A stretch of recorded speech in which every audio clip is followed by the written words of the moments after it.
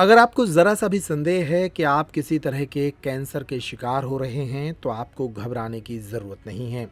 अब हर जिला मुख्यालय पर कैंसर की जांच की सुविधाएं सरकार ने शुरू कराई हैं।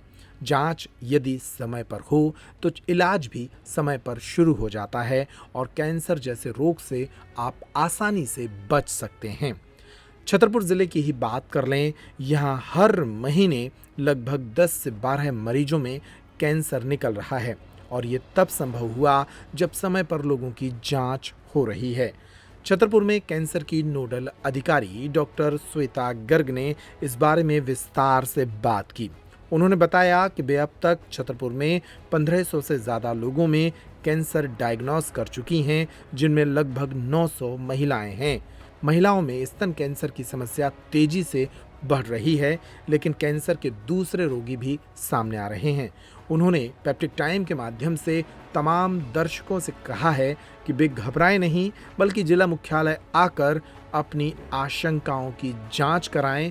यदि उन्हें कैंसर डिटेक्ट होता है तो समय पर इलाज शुरू होने से उन्हें फायदा होगा। मैं डॉक्टर श्वेता गर्ग हूँ।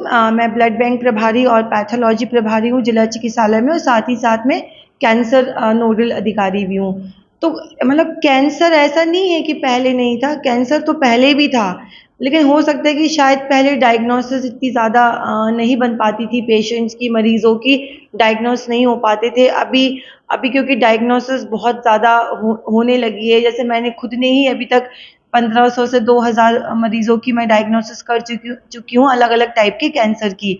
तो इसलिए वो केसेस ज़्यादा सामने निकल के आ रहे हैं, हमको पता चल रहे हैं। तो जैसे कोई भी चीज़ को करना इतना बड़ा भी नहीं होता है।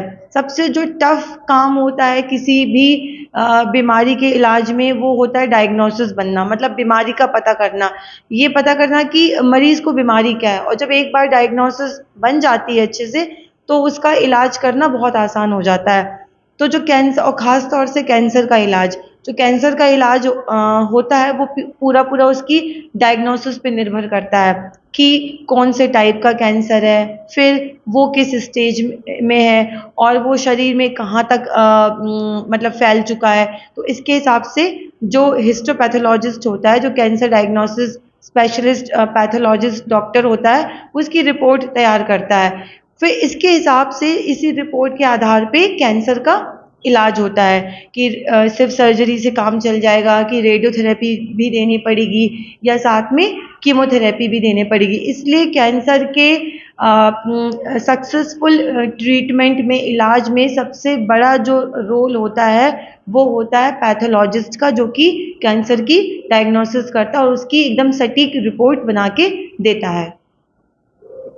सबसे ज़्यादा किन में कैंसर फैल रहा है, महिलाओं में या पुरुषों में?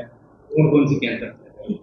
देखिए, ये मतलब जो मेरे खुद के आंकड़े हैं, आंकड़े मैंने इस तरीके से तैयार किए क्योंकि मेरी आदत है, जब मैं पिछले 10 सालों से यहाँ पे काम कर रही हूँ, तो मैंने अपने खुद का एक रिकॉर्ड मेंटेन करके, तैयार करके रखा हुआ है। उसमें सारे पेशेंट की डिटेल्स हैं, पेशेंट के कॉन्टैक्ट नंबर हैं, कहाँ का है पेशेंट वो भी है, उसको कौन-सा कैंसर निकला है वो भी है, किस टाइप, क्योंकि हमारे शरीर में 100 से ज़्यादा प्रकार के कैंसर होते हैं। वो एक बार मैं आपको सर्वाइकल कैंसर के इंटरव्यू के टाइम भी बता चुकी हूँ।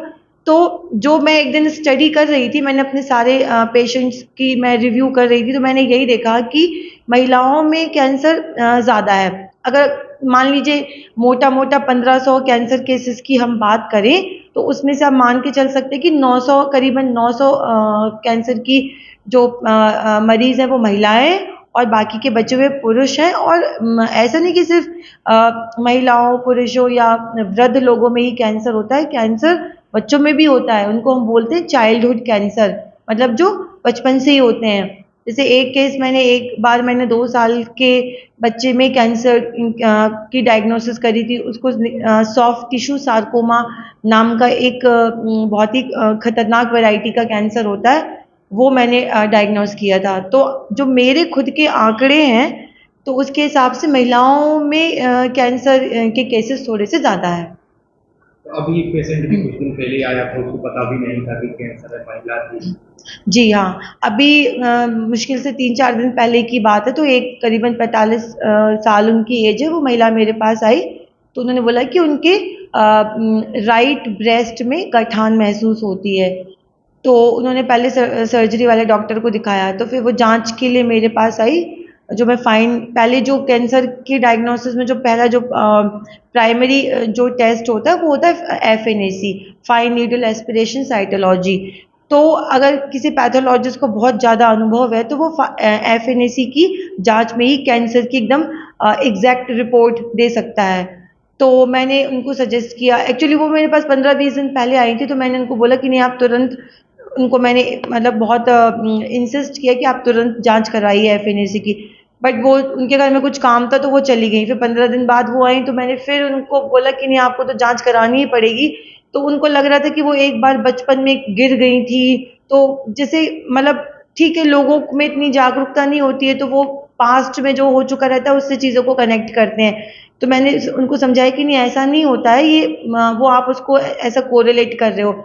तो उनकी ब्रेस्ट में उन्होंने बोला कि गठान है, जो अब उनको उसमें पेन भी होने लगा है। अभी तक दर्द नहीं हो रहा था, तो उन्होंने उस पे ध्यान नहीं दिया। और कैंसर की गठान की यही एक पहचान होती है कि उसमें दर्द नहीं होता है, और जिस चीज़ में दर्द नहीं होता है वहाँ हमारा ध्यान सबसे बाद में जाता है। तो मैंने उनकी एफएनएसी की जांच करी, तो उसमें मुझे वही पाया कि उनको ब्रेस्ट कैंसर हो रहा है, राइट ब्रेस्ट का कैंसर उनको बन चुका है। तो अब उनको इसमें जल्दी से जल्दी ट्रीटमेंट लेना पड़ेगा। यदि कोई भी महिला या कोई भी पुरुष इस बीमारी से ग्रस्त जी। हो, किस तरह से उपचार करवाए जी। क्या? सबसे पहले तो ना मैं एक बात आपकी मीडिया के थ्रू मैं लोगों को ये बात बोलना चाहती हूँ कि मतलब अभी तक लोग, बहुत सारे लोगों को ये नहीं पता है कि यहाँ पे छतरपुर में कैंसर की डायग्नोसिस हो जाती है। तो मैं वो सारे लोगों से ना मेरी ये रिक्वेस्ट है कि कोई भी हो, कहीं किसी गाँव में हो, छतरपुर ज़िले की किसी भी जगह पे शहर में बैठा हो, तो मेरी उससे रिक्वेस्ट है कि अगर किसी को भी, मेरा नाम है डॉक्टर श्वेता गर्ग, मैं ब्लड बैंक में या पैथोलॉजी लैब में मिल जाती हूँ, तो वो लोग मतलब कभी भी मेरे पास आ सकते हैं, उनको मैं कंसल्टेशन दूंगी।